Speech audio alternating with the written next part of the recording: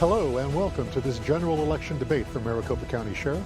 This debate is sponsored by Clean Elections, the state's nonpartisan voter education agency. My name is Richard Rellis. I'll be moderating today's debate. The way we're sharing this debate is part of a brand new effort to support democracy in Arizona. Thanks to a partnership with the Clean Elections Commission, the Arizona Media Association, and Bitfire Studios, we're making sure these 2024 debates are the most accessible in Arizona history. That means this debate will air on a long list of local TV stations, radio stations, and digital platforms, including support from local newspapers. It's a shared effort among hundreds of local media brands across Arizona, and we've tried to keep the rules simple. Each candidate will have 2 minutes to make an opening statement and 1 minute for a closing statement. Candidates have drawn straws to determine that order. Throughout the debate, I will pose questions to each candidate, allow them to answer, and then make sure the other candidate has a chance to respond. Whenever a question is directed at a specific candidate, only that candidate's microphone will be open. At all other times, both microphones will be open. Thanks to voters across Arizona who submitted questions for this debate, but no candidates have been given advance access to any of the questions. With that, let's introduce our candidates for this debate. Democratic candidate Tyler Kamp, Republican candidate Jerry Sheridan. And Mr. Kamp, you have the first opening statement, 2 minutes.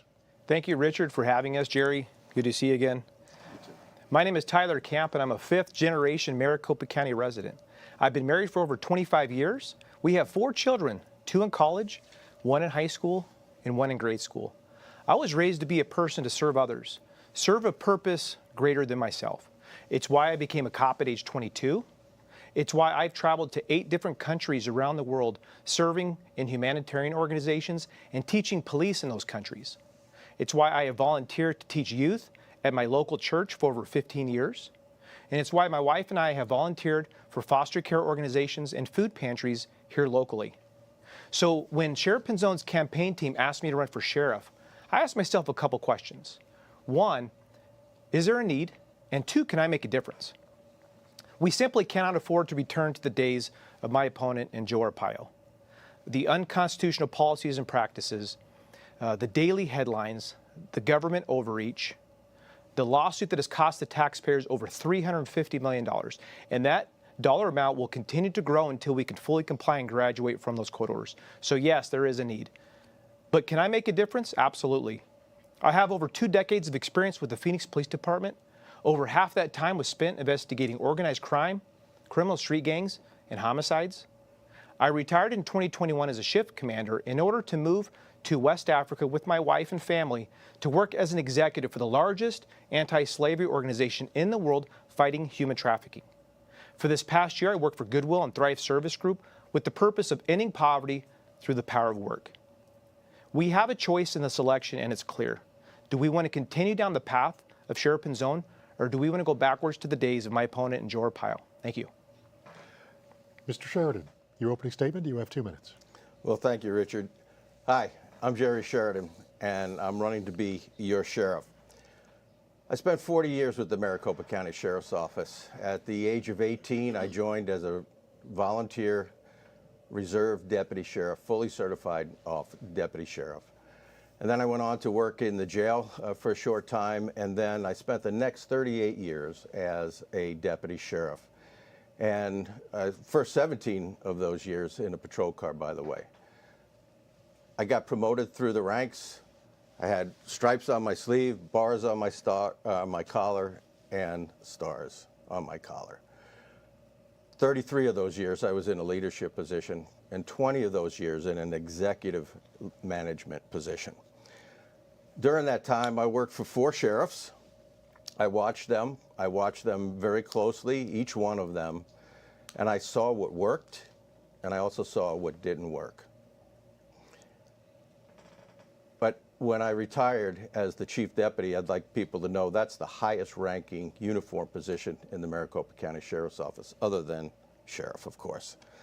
Because of my experience, I am ready to lead the second I get there on day 1. And that's probably going to be November 15th. So I've been endorsed by the Arizona Police Association, probation officers, Governor Doug Ducey, Attorney General Mark Brnovich, Sheriff Mark Lamb, and the Honorable Enrique Melendez, who was a Counselor General to El Salvador, and he's also the chairman of the group of counselors here in Arizona. The voters do have a clear choice. They can either elect someone like me, who can take over from the second I get there, or they can elect someone with no sheriff's experience, and he is a documented sexual harasser. Thank you. And we'll start the questions. Let's start with the Melendez case. It's hanging over the sheriff's office since 2013. If my math is correct, 11 years ago, a judge has put in a federal monitor to oversee the department after determining that the sheriff's office racially profiled Latino residents through traffic stops that violated the civil rights of Latinos. Mr. Kamp, what is the path out of graduating from that monitor program? Yeah, the court orders are a complex issue. It quite possibly could be the best and the worst thing that's happened to the sheriff's office. Best because it finally exposed the abuse and corruption, the unconstitutional policies and practices, the discrimination that was occurring when my opponent and Joe Arpaio were running the sheriff's office. Worse because it forced the sheriff's office to pull resources from the jails and from the streets in order to comply with the court order. And we're still paying for that. It has cost the taxpayers over $350 million. The good news is we are on the right track, or the sheriff's office is on the right track. There are over 200 paragraphs listed within the court order. The sheriff's office is currently in compliance with over 90% of those paragraphs. So that's good news. The issue currently are the backlog of misconduct investigations. They reached the peak of that number in December of 2022. The silver lining there is there were some changes made with the people investigating this and the processes, and since then they have cut that number in half. So if they continue down that path currently, they should become whole again in about 18 months. Mr. Sheridan, what do you see as the path to not having a monitor over the sheriff's office? Well, I have a laundry list of priorities, okay? This is at the top, okay, because this has been lingering on. The traffic stop was made in 2007. The lawsuit was filed in 2008. And I just want to make it clear to all the listeners that during this time, I was the chief over the jail system. And this was done by the chief over enforcement and the sheriff at the time. So I will work to establish clear communications and guidelines between the parties, because let's not mistake this. This is a civil lawsuit that's in litigation, and the way to solve this is clear communication, and we don't have that right now. And while I was not a named defendant in the lawsuit, I did inherit it when I became the chief deputy. And so it was already 6 years in advance of going on. And one of the things I remember very well was the judge said at one point that the first day I showed up in court, this was the day the sheriff's office began to comply with my order. And so I worked for over 3 years with the monitor to set the foundation that would lead to future compliance. And that's exactly what I did. I will continue to work with that. This is a very complicated matter. It would take someone that isn't familiar with it. Matter of fact, I was talking to somebody the other day, the new attorneys there. It took them 1.5 years to figure out what was really going on. So to get somebody new to come in here, it would delay that another 2 years. And I can do this on day one. And staying with you, the 2016 ruling, a 67-page ruling, you were named in it 26 times. The court found fault with the way you conducted yourself, including lenient and non-existent discipline to deputies. How do you think the court, this judge, would react to seeing you back in front of him? Well, I think the judge would be happy to have me back in his court because he knows that I understand what is going on. And, you know, I think the reason the judge was upset with me in particular, one case in particular, was I called the order ludicrous and crap in front of 100 deputies and posse members, okay? My emotions overrode my sense of keeping my mouth shut about it, but I thought it was necessary because we were putting out, we had a detention officer that was murdered in his driveway, and he was a Hispanic kid in a Hispanic community. And so we were going to send 100 deputies out to saturate the area to look for the people that shot one of our own. And I'm standing in front of these deputies and posse members, and they're completely demoralized because the judge had issued that order about a week before. I wanted them to understand that I knew I wasn't happy about this and that I thought it was ludicrous and crap. But I also said, and the media never reported this part because I said it in a sentence, this order is ludicrous and crap, comma, but it's the law of the land and we will comply with the judge's order. The media never played that second half of that sentence, and it made it look very bad to me. And during the hearings with the judge about this issue, they never played the second half. The judge never saw the second half. Yeah, if I can add on to that, absolutely. So yeah, my opponent is, he is very, very familiar with the court order because it's almost a biography about his actions while at the sheriff's office. And so if you actually read that second court order that you're referring to, his name does appear more often than Joe Arpaio's name. And if you read the judge's remarks, that's why he found my opponent in contempt of court for lying to the judge 6 separate times. Furthermore, he found him contempt of court for concealing evidence of misconduct investigations, specifically involving a family member for sexual exploitation of a minor. So I think that's the trouble that my opponent will run into if he were to face Judge Snow again, trying to comply and graduate from the court order. I'd like to rebut that, Yes. can I? Okay. Tyler, everything you just said is inaccurate, untruthful, and some of them are actually lies. So, and you're mixing a lot of different issues here into one to make me look like I'm evil. Let me tell you something. I was never untruthful before the judge. I did everything I possibly could. And as far as the IA issue, and that's what the second order was about, the judge wanted me to investigate 54 deputies for a policy that didn't exist. I did that investigation, and that investigation came up not sustained on those deputies. And so when I was signing off on those not sustained, I knew that the judge was not going to be happy, but I did it anyway because I did the right thing for my deputies to protect their careers, and I am not ashamed of doing that because that's what leaders do. Mr. Kamp, you talked about almost Melindra as being a good thing. Are there aspects or programs been in place because of it that you would keep in place as sheriff? The Community Advisory Board, Hispanic Advisory Board. Would you keep an outside consultant to serve as a check? Yes, I just want to address something that he said real quick. These aren't my words that he lied to the court. These were Judge Snow's words that are listed in the court document. Anybody is welcome to read it for themselves. It's public record. It's listed on the Sheriff's Office website.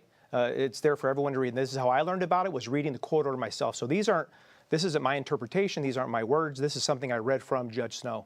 But to address your question, yes, there's absolutely some things that came from the court orders. Changes needed to be made at the Sheriff's Office. That was quite clear. Improved training, some different forms of professionalism, the body cameras, the advisory boards, the Community Advisory Board. These are important parts to earn that trust back with the community, and those are things that I will continue to do as sheriff. Mr. Sheridan, are there things that have come in place since then that you would keep? Yes, absolutely. You know, I don't get scared of litigation because litigation helps government do some things that maybe they didn't think about before, okay?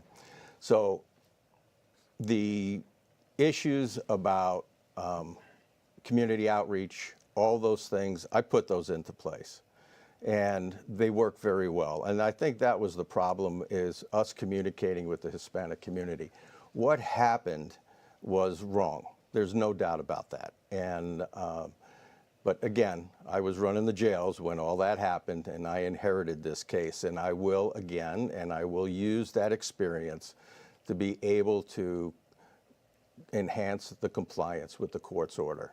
Thank you. Let's talk about jails. The Republic earlier this summer, reported on the number of deaths in jail, found twice as many than in Rikers Island, a death rate higher than the jails in Los Angeles and Houston. Mr. Kamp, is that number acceptable? What is the cause of that number? No, and that's when I read that, that's alarming. My heart goes out to those families. That is unacceptable. And what I will do as sheriff is assemble a task force, a diverse task force to get to the root of the problem.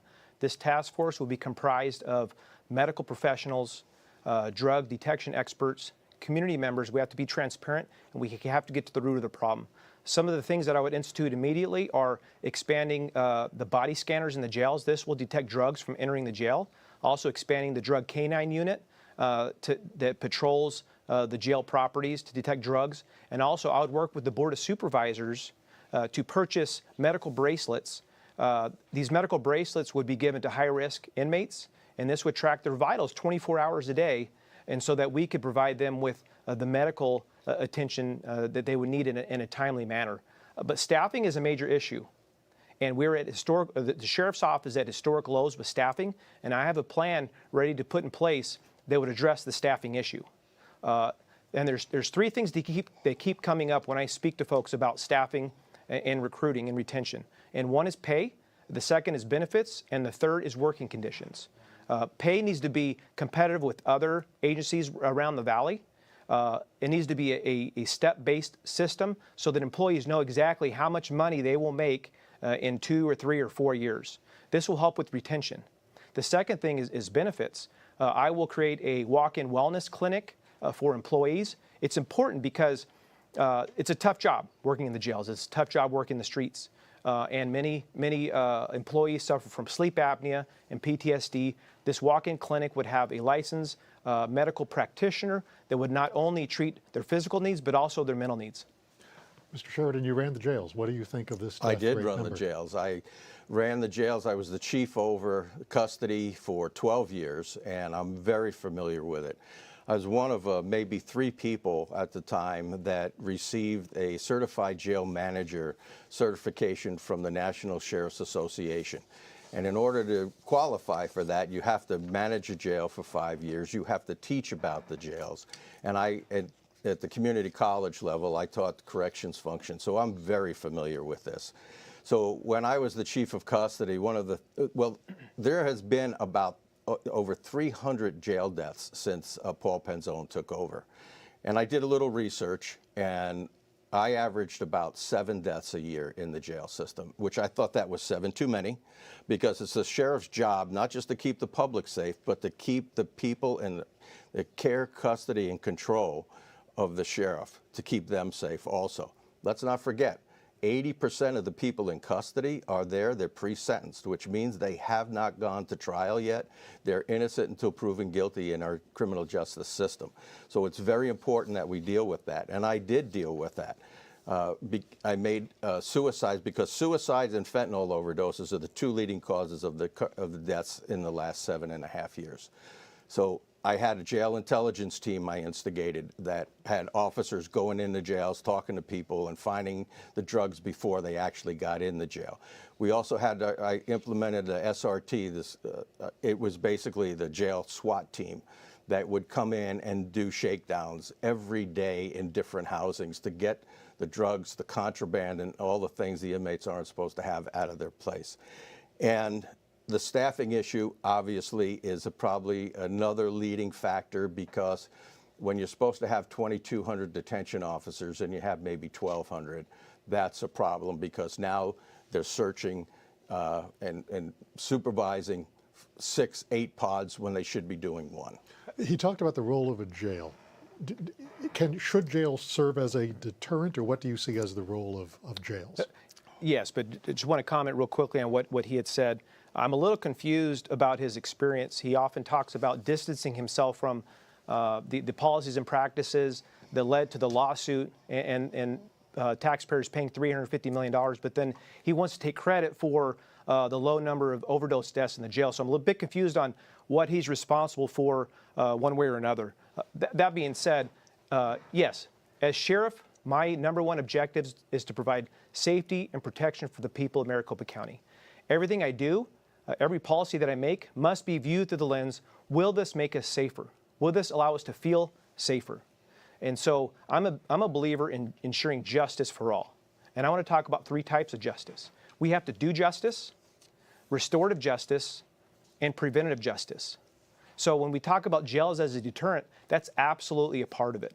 So when we ensure justice, when we hold people accountable, when we enforce the law, yes, we have to arrest them and detain them, and that should serve as a deterrent. But it can't end there. That's why it's equally important that we try to rehabilitate those individuals and provide them with the education and the tools necessary to join the job workforce once they exit. That will help prevent recidivism. And that also protects us as a community. Okay. Mr. Sheridan, you've talked about bringing back possibly Tent City. Should jail be a deterrent? Well, I'd like to Sure. comment on a couple of comments that Tyler made. You're right, Tyler, 100%. I ran that jail system, and that's what I was focused on. I was not, and you cannot seem to get this straight, I was not involved in the Melendrez case until I became the chief deputy, and it was actually in June of 2012 the first time I went to the courtroom. So this Melendrez case had been going on for 4 or 5 years already. So let's please make that accurate and get that straight. So, okay. Would you bring back Tent City? What I want to do is bring back a similar type housing. There's no way I can bring Tent City back.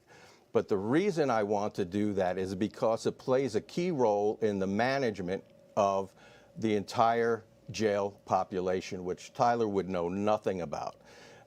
Back in the day, we had, at one point, we had 12,000 inmates in custody. We were serving 30,000 meals a day. This is a big, massive operation. It's the 4th largest jail system. And what Tent City did, it was only volunteers that were convicted that went to Tent City, and they actually liked it. I know Sheriff Joe made it sound like it was really terrible, but most of those inmates in there, they wanted to be there. But what it does, it plays a role in allowing us to run work release, work furlough, and I get a lot of support from the defense bar, and they're not Republicans, by the way, because of that.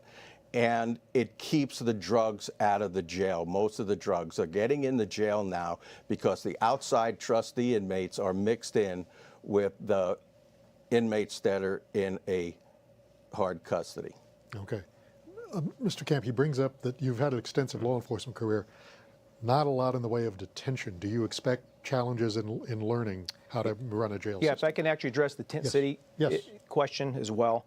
Yeah, my opponent here talks a lot about his experience, 40 years, 42 years. Unfortunately, that's the wrong experience. His experience drove the MCSO, the sheriff's office, into the ground. And we're still suffering the consequences from his experience. So I don't think that's the experience voters want, and I don't think that's the experience that voters need at this point. When we look at Tent City, I would not bring Tent City back.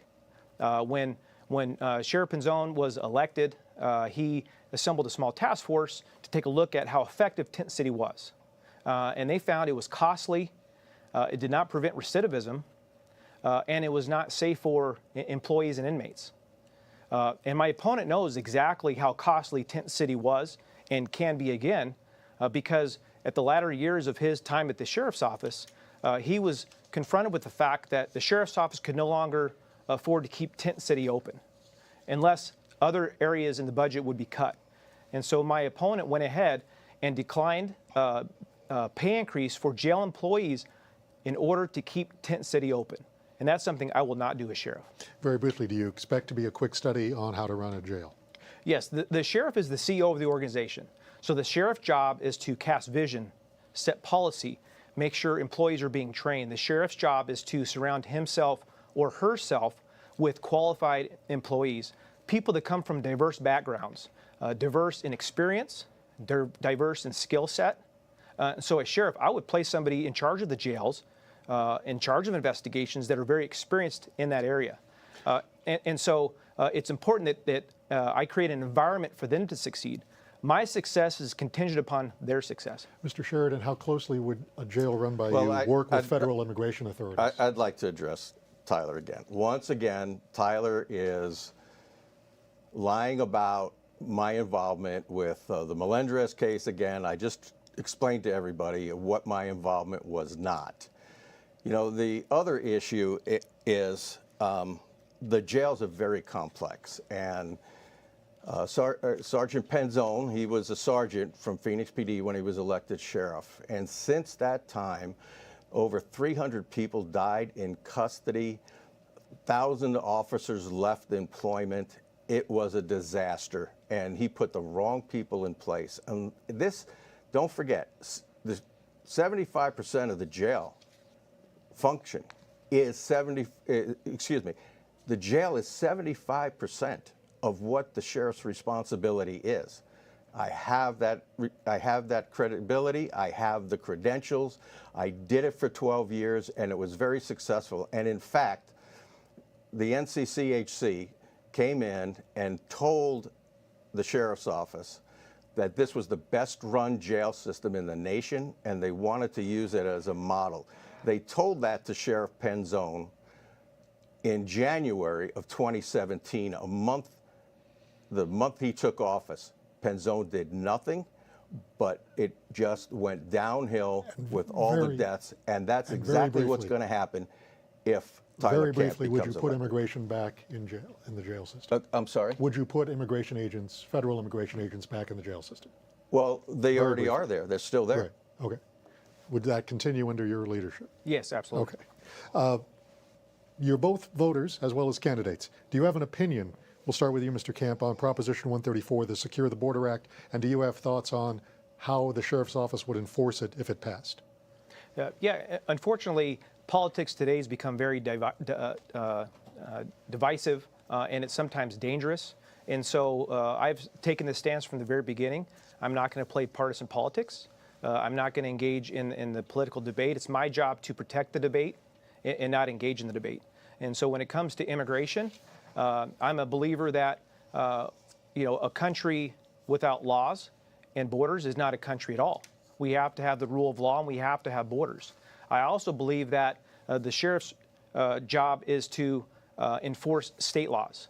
We all have different roles and responsibilities. The federal government's job is to protect the border, to enforce immigration law, and to facilitate work visas. And so we have to be careful to stay within our lane when it comes to these types of things. We saw what happened 10 or 12 years ago when my opponent was running operations for the sheriff's office. There was government overreach. We saw discrimination of people of color, and that has cost us. It's fractured trust with the community, and it's cost us the tune of over $350 million. Mr. Sheridan, have you thought about how you would support, Yes, you support the Secure the Border Act, and Yes. would you? I absolutely Right. have an opinion on that, but I'd like to address something that Tyler says. Once again, he's lying to you just as he has lied in the past at the previous debate and to a couple of TV stations that interviewed him about his sexual harassment issue. You cannot take what he says, especially about me, as fact, because it's not. So, to deal with that issue, Maricopa County is not a border county. So this law, it only affects local law enforcement when they catch somebody coming across the border. So this has no impact on Maricopa County or the Maricopa County Sheriff's Office. If I can address, Yes. he's brought up a couple times, and I know he's desperate. He's grasping at straws right now. He's concerned about losing by 12 points again, like he did back in 2020. But just real quickly, I did not engage in harassment of any kind. I have not, nor will I ever engage in harassment. There was an allegation that was made by HR that was dropped, and I never received any discipline for it. Well, I guess let's talk about your final year with the Phoenix Police. ABC 15 first obtained records. 2014, you improperly accessed a confidential law enforcement database. The year before, repeatedly using a city vehicle for personal use. Then there were text messages to a rookie officer. You were a high-ranking official at the time. November 20, you expressed disappointment. You didn't see her in yoga pants. Told her you liked her eyes and smile. Asked, aren't you proud of me? I didn't send anything inappropriate on New Year's Eve. You invited her out for drinks. Yes, you denied flirting in the investigation. You said you engaged with what you called banter with coworkers. Voters would want to know what's going on here, and as sheriff, how would you handle such a situation of a top commander having such an exchange with a rookie? So 12, 13, 14 years ago, I made a couple minor administrative infractions, a couple scrapes. I learned from that, and I'm a better person for it. In reference to this investigation, like I just said, I did not engage of harassment of any kind. I have not, nor will I ever engage in harassment. This was a situation, I did exchange a mutual text message with somebody that some were not appropriate, were disrespectful to my wife, and that's something we have dealt with years ago. It's also important to note that the other person in this investigation didn't want anything to do with it and did not pursue it, and there was never any discipline associated with it. Now, the January report said that the matter was going to be referred, because you denied sending the texts and they had them. You didn't remember Which them. is a lie, by the way. Hold on. Okay. The matter was going to be referred to AZ Post, which decides such things about whether officers lie. What is the status of that, do you know? And is there a chance you would be on the Brady list? No, I won't be on the Brady list at all, unlike my opponent who is currently on the Brady list. These messages were sent years before I was questioned on it, so there's no way I could possibly know what was sent or what wasn't sent, and that's what was said during that investigation. You also have to keep in mind, this was not a completed investigation. It was not complete. It was not handled by Internal Affairs. It was dropped, and there was no discipline associated with it. Mr. Sheridan. Once again. Mr. Sheridan, you are on the Brady list. Yes. A judge issued a preliminary... I want to address what You'll have a chance. chance. A judge issued a preliminary injunction in 2011 that office should stop its immigration enforcement efforts because they were unconstitutional. An attorney for MCSO sent that injunction to top leaders in the department by email. That included you on the emails. Testimony showed the order was the subject of discussion in meetings you attended. You later testified you did not know about the injunction until 2014. 3 years later, the court ruled that was, quote, demonstrably false, which is what puts you on the Brady list. Were you out of the loop? And what does it say about your leadership that the judge's order, the subject of a lot of attention internally and externally, escaped your attention? Okay. So again, here, I am on the Brady list. I don't deny that, but I shouldn't be on the Brady list. Tyler should be on the Brady list. But well, let's address your here's what allegations. happened. Here's what happened. I'll tell you this, since you asked. When I became the chief deputy, the sheriff told me, Jerry, I want you to stay out of everything Melendrez. I don't want you involved in it at all. Every deputy sheriff that testified in court, including the attorney, said they never discussed anything Melendrez with me. So as far as that email came in on December 23rd at 5:07 p.m. The next day was Christmas Eve, Christmas. That week, at the end of that week, there was a death in intake.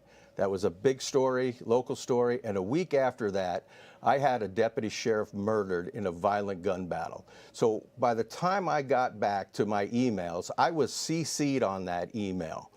And I never opened it because I had hundreds of emails I had to deal with. And so for the judge to reach that conclusion was wrong, because I did not know about it. As a matter of fact, when the first time I was made aware of it, I was given a deposition in another lawsuit that I was put in charge of by the sheriff.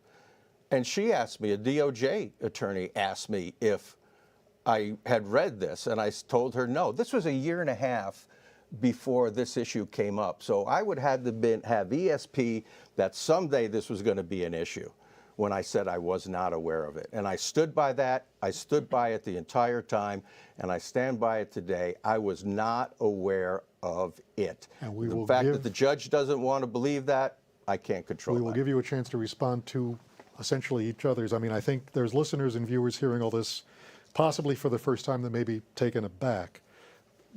Compare your infractions with that of your opponent, and I'll be asking you the same question in a couple minutes. Yeah, it pales in comparison to what my opponent's done. What my opponent's done is documented in court paperwork, judges information, so he's on the Brady list. There's investigations at the sheriff's office where when President Obama was elected, he's there with his dad shooting up the U.S. flag and using the N-word to describe President Obama. These are accusations that were made in investigations at the sheriff's office. When you look at when he's trying to comply with the court order, he's lying to the judge 6 different times. He was found contempt of court for that. That's not a hypothetical. That's not somebody saying he should be. No, that's a judge, a federal judge, saying he was found contempt of court for lying 6 different times. He was found contempt of court also for concealing evidence to cover up a misconduct investigation involving a family member for sexual exploitation of a minor. These are very serious offenses.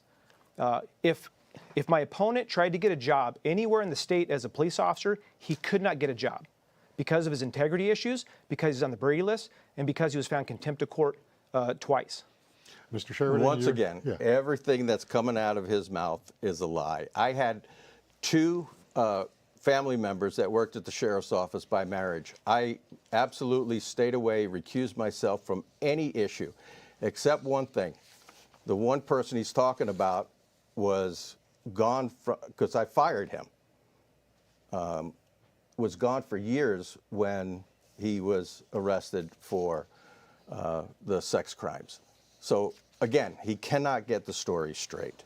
And I have it on very good authority. I saw the email that came out yesterday that you are being investigated by the county attorney's office to be put on the Brady list. So I'd be very careful about throwing that rock at me, Tyler, because there is so much in your background that unfortunately the city will not release his IA file or his personnel file.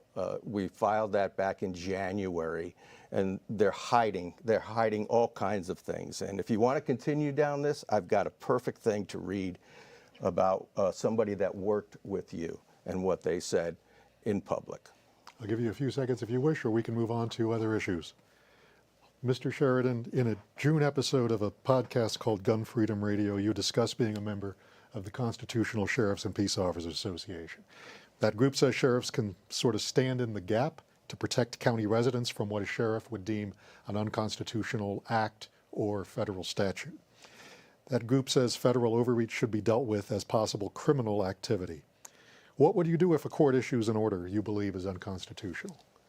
Well, the sheriff's primary job is to keep people safe, okay? The second part of that is to protect people's civil rights. Now, the CSPOA that I know is there to protect everyone's rights. And a good example of that is one of the things that they espouse to. There was Harry Krishner in an airport back east, and there was a deputy sheriff there. The airport manager, who has a lot of power and authority within the city, wanted the deputy to kick this person out for religious reasons, and the deputy told him no. That's what my idea of a constitutional sheriff is all about. It's protecting people's constitutional civil rights. Your thoughts on the constitutional sheriff movements, if you're aware of it? Yeah, so I agree. The number one priority of the sheriff is to provide protection and security for the people of this county. It's my job to, I believe in the Constitution. I will uphold the Constitution, but we have to be understand that we need to stay within our lanes. I believe in, we are all collectively responsible for public safety. And so the job and the role of the sheriff is to enforce the laws of the state. The role of a legislator is to legislate laws, and the role of the court system is to interpret those laws. We have to be careful to stay within our lane, and we saw what happened years ago when my opponent was running the sheriff's office. When you step outside your lane, there's government overreach, and that's the result of and we're seeing that in the tune of $350 million. Likewise, I think it's dangerous to play partisan politics. I believe the sheriff should protect the debate, not engage in the debate. And that's why as sheriff, I will not be endorsing candidates.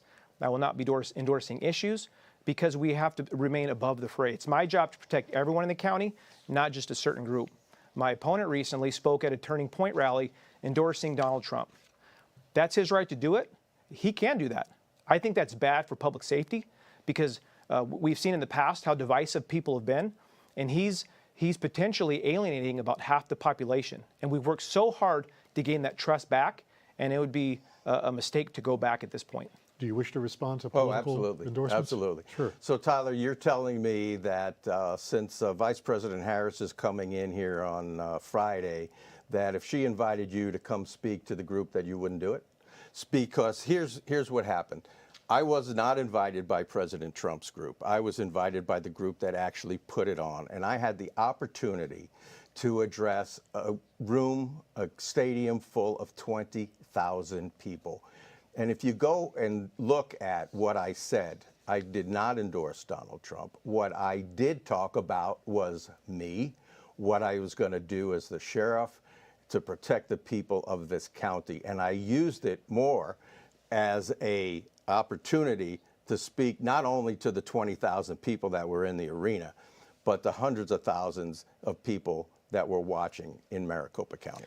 Staying with you on that same Gun Freedom podcast, you said it was important to elect you as sheriff because you would make sure, quote, the election process is pure and done correctly and that there is no fraud.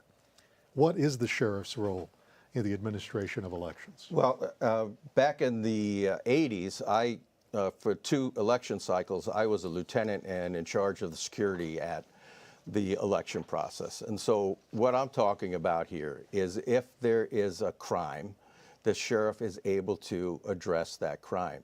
But the bigger role the sheriff plays is his security.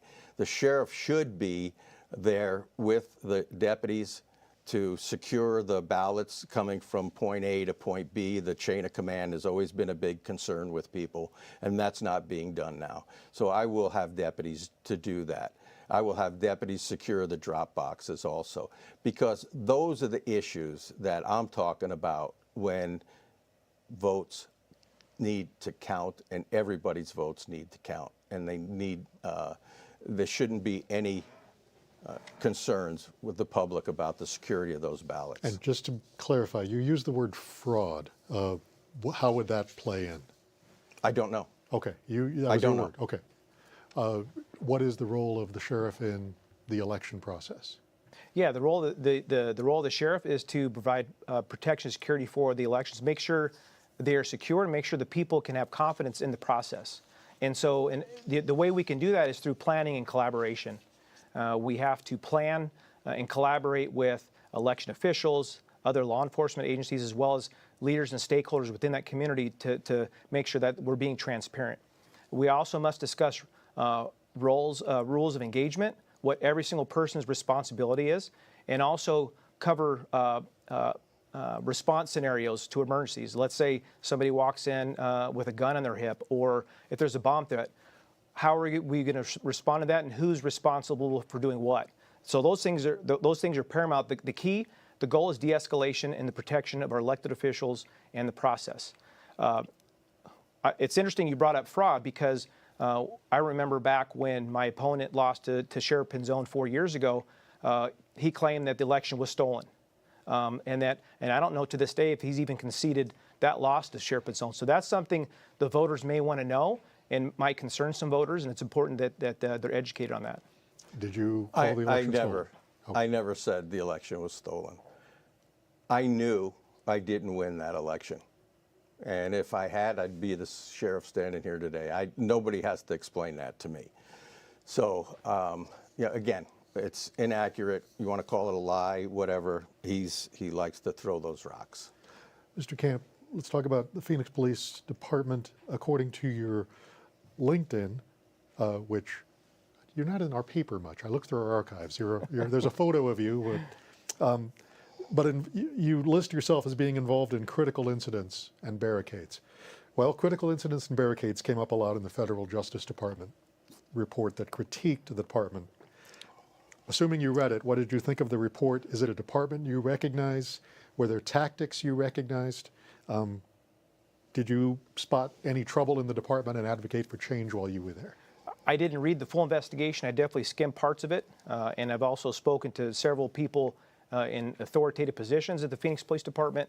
One thing that I do know is they have made quite a few changes when that DOJ report came out, much different than what happened at the Sheriff's Office. At the Sheriff's Office, the DOJ they looked at their policies and procedures, and in 2013, they gave those orders, here's what needs to be done. And when Joe Arpaio was sheriff and when my opponent was running operations, they refused to do it. And that's essentially why they received the second court order in 2016. So the main difference between the Sheriff's Office and the Phoenix Police Department is that Phoenix has been proactive in making a lot of those changes. A good bulk of the changes that are being suggested by that DOJ report have already been made. But you were involved, according again to your LinkedIn, in critical crowd incidents. Did you recognize any of the tactics? Did you use tear gas? Were you involved in the incident that a challenge coin was made out of, where a canister was shot at a protester? No, I was not involved in any of those incidences. The crowd control incidents that I was involved in, I didn't see any of those types of behaviors. Okay. So, Tyler, you may not have been involved in those instances, but you were named defendant in 3 civil rights violations to include use of force. So you may not have been involved in those, but you were absolutely involved in those. Were you a named defendant? Are you aware? Yes, I was named a few times. Those cases were dropped. They never made it to trial. Mr. Sheridan, when you became chief deputy, you have been in the paper a lot. Yes. When you were chief deputy in 2011, the Republic Editorial Board credited you for creating an atmosphere of greater transparency. What lessons did you learn working for Sheriff Joe Arpaio? How do you create a culture that allows someone to step in and criticize the boss or change direction? Yes, there's a happy medium with being transparent, okay? I think my old boss was too transparent because he wanted to have a press release every day. And then if you take a look at what Sheriff Penzone did, he hardly had any transparency. So I think the sweet spot is somewhere in the middle in letting people know what their sheriff is up to when it's necessary. You don't have to do it every day, and you don't have to do it once a month. You could do it more because the sheriff belongs to the people of this county. And a version of the question I asked him, did you see problems? You described having arguments with Sheriff Arpaio. Did you try to temper his instincts? Did you raise objections to his plans? Do you think you could have done more? I don't think I could have done more. We would have heated arguments about the saturation patrols and those kinds of things when I became the chief deputy. And he was the sheriff. The boss wins. You know, we argued about it all the time. I wasn't the only one. The other members of his staff would also argue with him about it. But again, the sheriff was the sheriff, and he made the ultimate decisions. That's what he wanted to do. How does someone create a culture of leadership that allows for criticism and people working under them to be honest with? Yeah, you can't work within an echo chamber. That's why I had mentioned earlier, it's important that we surround ourselves with people with diverse backgrounds and skill sets. You have to have people around you that are not afraid to speak up, and you have to listen to those people. In all my travels across the world, in my time living overseas, I developed a deeper sense of empathy. Empathy is powerful. It's a big part of my leadership. Empathy is a noun, but it's an action. It's the ability to understand another person's perspective or how they feel. That's important in leadership because when you run an organization, you have to understand what your leaders are going through and what your frontline employees are going through. Just like in the community, you have to have empathy for the community so you have a better understanding of how to provide the best public safety possible. Staying with empathy, because I've heard you discuss how that time in a foreign country in Africa sort of transformed your thoughts and gave you a greater sense of empathy. You're running as a Democrat. It was a recent change for you as you entered politics. And it's a party seen by Republicans as being soft on crime. Can one have empathy, progressive ideals, and still be tough on crime? Yeah, absolutely. And when I've spoken with groups and folks across the county, my vision for public safety resonates with everybody. We all want to be safe. We all want to feel safe. And so we can be tough on crime and compassionate at the same time, because all of that, it works together to provide the best public safety possible. Because like I stated before, when we talk about ensuring justice for all, we have to do justice. We have to enforce the law. Restorative justice and also preventative justice. All of these things work together. That's tough on crime, but yet compassion at the same time. And I talk about my kids a lot. I have 4 kids, and when my son comes home late past curfew, there's a consequence. I love my son, but there needs to be a consequence because I'm trying to change behavior. So I'm tough on him, but it's because I love him and I want him to change. Mr. Sheridan, can one be compassionate, empathetic, restorative, and tough on crime? Absolutely. And in fact, there was a study done by ASU where they would spend a couple of years in the intake. And unbeknownst, there were 5 law enforcement agencies that were being evaluated. MCSO was one of them. And they would ask the people that were coming in fresh off the street how the officers treat you. Did they do something because of the color of your skin? And they had a whole laundry list of things. So it was a blind study. So when the professor that completed that study came to me, I was the chief deputy, he goes, you know, Jerry, he said, you should be very proud of this because you came out number 2 out of the 5 agencies. And I read, and I still have this study if you want to see it, and they talked about how well, this is from the prisoners that just were arrested by deputy sheriffs, how they treated them with kindness and empathy. That has been the hallmark of the Maricopa County Sheriff's Office in the 40 years that I was there. We are perilously close to the end, so I'll ask you to keep your answer brief on this. There's a national and statewide discussion on immigration. What do you see, Mr. Kamp, as the link between illegal immigration and crime? Is there one? Well, yeah, my focus is protecting the people of Maricopa County. And so I will do that by enforcing the law. I will prioritize our resources. It's important that we focus on the criminals that are making the most impact on our community, and that's where my focus is going to be. Is there a link, Mr. Sheridan, between illegal immigration and crime? And what do you think of the national debate? Is it helpful to have this national debate? I think it's more of an issue of poverty, people that don't have the resources and go out. It's an issue of drugs, and let's face it, we have a huge fentanyl crisis in Maricopa County. 6 people a day die of drug overdoses, 4 are fentanyl, and fentanyl comes in from the southern border by the drug cartels. And so, yes, it does have an impact on our crime here because the drugs, I would say probably 75% of the people in custody are there for drug-related crimes. And I guess just very briefly, people have a discussion of if there's illegal immigration in the community, crime rate goes up. Do you believe that? No, again, that's a federal government issue, and I'm going to make sure we stay in our lane to avoid any government overreach. Oh, sure, but does it affect the crime rate, immigration, the rise of immigration? No, I don't think it does. Okay. Mr. Sheridan, does I think it does, and especially now with our open borders, with known criminals and some South American countries emptying out their prisons and letting them come into this country, you bet it's going to have an impact on crime. Okay. We are heading towards the end. We thank you both, and it is about time for closing statements. Each of you will have 1 minute, and to keep us on time, I will politely cut you off if you run over. We start with Mr. Tyler Kamp. You have 1 minute. Yeah, thank you again for this opportunity. Voters, here's the question. Who do you trust? Who do you trust to fully comply with these court orders and graduate from them? The court orders that have cost the taxpayers over $350 million.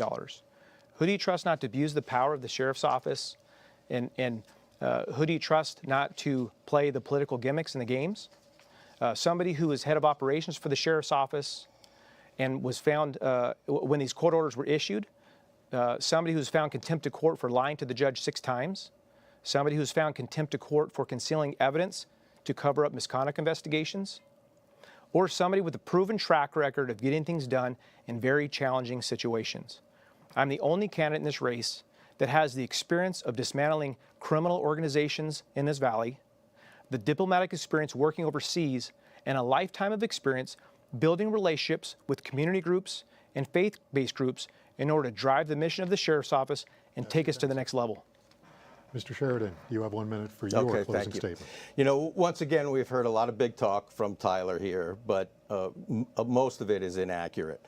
You know, his sexual harassment that the media knows about is the tip of the iceberg. There is someone that worked with him that put out on social media, so it's in the public realm, that says, and I'm sorry your wife is going to have to hear this, all someone needs to do is ask Tyler Kamp about having sex on duty with a police assistant in his patrol car, which got him kicked out of homicide division. Then he harassed the woman a year later, threatening to get, and he wouldn't stop until she threatened to get a restraining order. There's also another police female that I know of, and that terminology is too salacious for TV. So imagine electing this guy as your sheriff that will have 4,000 employees that he could prey upon. And this, I'm not making this up, it's all part of the public record. So, And that is your time, sir. Thank you. And that's extremely false, and he knows it, and it's a desperate move. This wraps today's debate with the candidates for Maricopa County Sheriff. As a reminder, Arizona's general election is on Tuesday, November 5. Early voting starts Wednesday, October 9th. Head to azmedia.org to see a list of upcoming debates and where you can find them on TV, radio, and digital platforms provided by our local media partners. For the full debate schedule and to submit questions for future debates, head to azcleanelections.gov. On behalf of our partners at Clean Elections, the Arizona Media Association, Reister, and Bitfire Studios, thanks for joining us.